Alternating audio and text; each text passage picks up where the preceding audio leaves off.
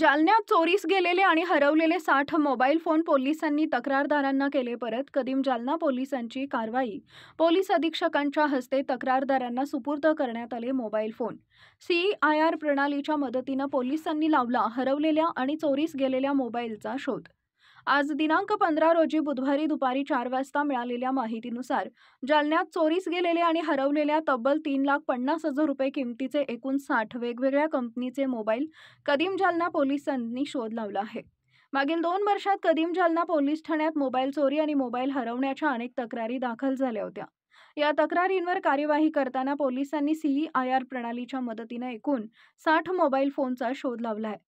आज जालना जिल्हा पोलीस अधीक्षक आणि अपर पोलीस अधीक्षक यांच्या हस्ते हे सर्व मोबाईल फोन तक्रारदारांना सुपूर्द करण्यात आले. दरम्यान आपले हरवलेले मोबाईल फोन परत मिळाल्यानं तक्रारदारांनी पोलिसांचे आभार मानलेत. यावेळी जालना पोलीस अधीक्षक अजयकुमार बन्सल, अपर पोलीस अधीक्षक आयुष नोपाणी, कदीम जालना पोलीस ठाण्याचे पोलीस निरीक्षक जनार्दन शेवाळे यांच्यासह पोलीस अधिकारी आणि कर्मचारी यांची उपस्थिती होती. आज कदीम जालना पोलीस स्टेशन येथे हरवलेले मोबाईल हे नागरिकांना परत करण्याची चांगला उपक्रम PI कदीम जालना शेवाळे साहेबांनी राबवलेला आहे. 57 लोकांचे, कोणाचे 2 महिने, कोणाचे 2 वर्ष पण झालेले आहे हरवलेले, आणि ते आज पोलिसांनी शोधून त्यांना परत करण्याची कारवाई केलेली आहे.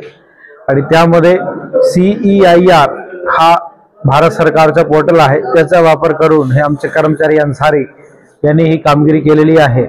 आणि सर्व नागरिकांना माझं आवाहन आहे की आपला जर काही मोबाईल हरवला तर त्याची 100% किंवा चोरी गेला 100% नोंद केली पाहिजे. कारण आजकाल टेक्नॉलॉजी ज्याप्रमाणे आहे त्याचा नक्कीच छडा लागतो. किंवा जर एकदा त्या पोर्टलवर नोंद केली तर कोणी दुसरा त्या मोबाईलला वापरू शकत नाही. कारण ज्यावेळी त्यांनी काही सिम काढला ते टाकला त्याच्यामध्ये तर लगेच पोलिसाला नोटिफिकेशन येतो. तर चोरून पण त्या चोरला फायदा होत नाही. त्यामुळे 100% जर कधीच हरवला किंवा मिसिंग झाला, चोरी झाला तर पोलीस स्टेशनला नोंद 100% करावे. यामध्येच आपण जालना पोलीस वेबसाईटवर पण लोस्ट अँड फाउंड असा ऑनलाईन लिंक पण सुरू केलेला आहे. तर त्याच्यामध्ये पण प्राथमिक नोंद करू शकतात. नंतर पोलीस स्टेशन कडून तुम्हाला बोलून त्याची व्यवस्थित नोंद केली जाऊ शकते.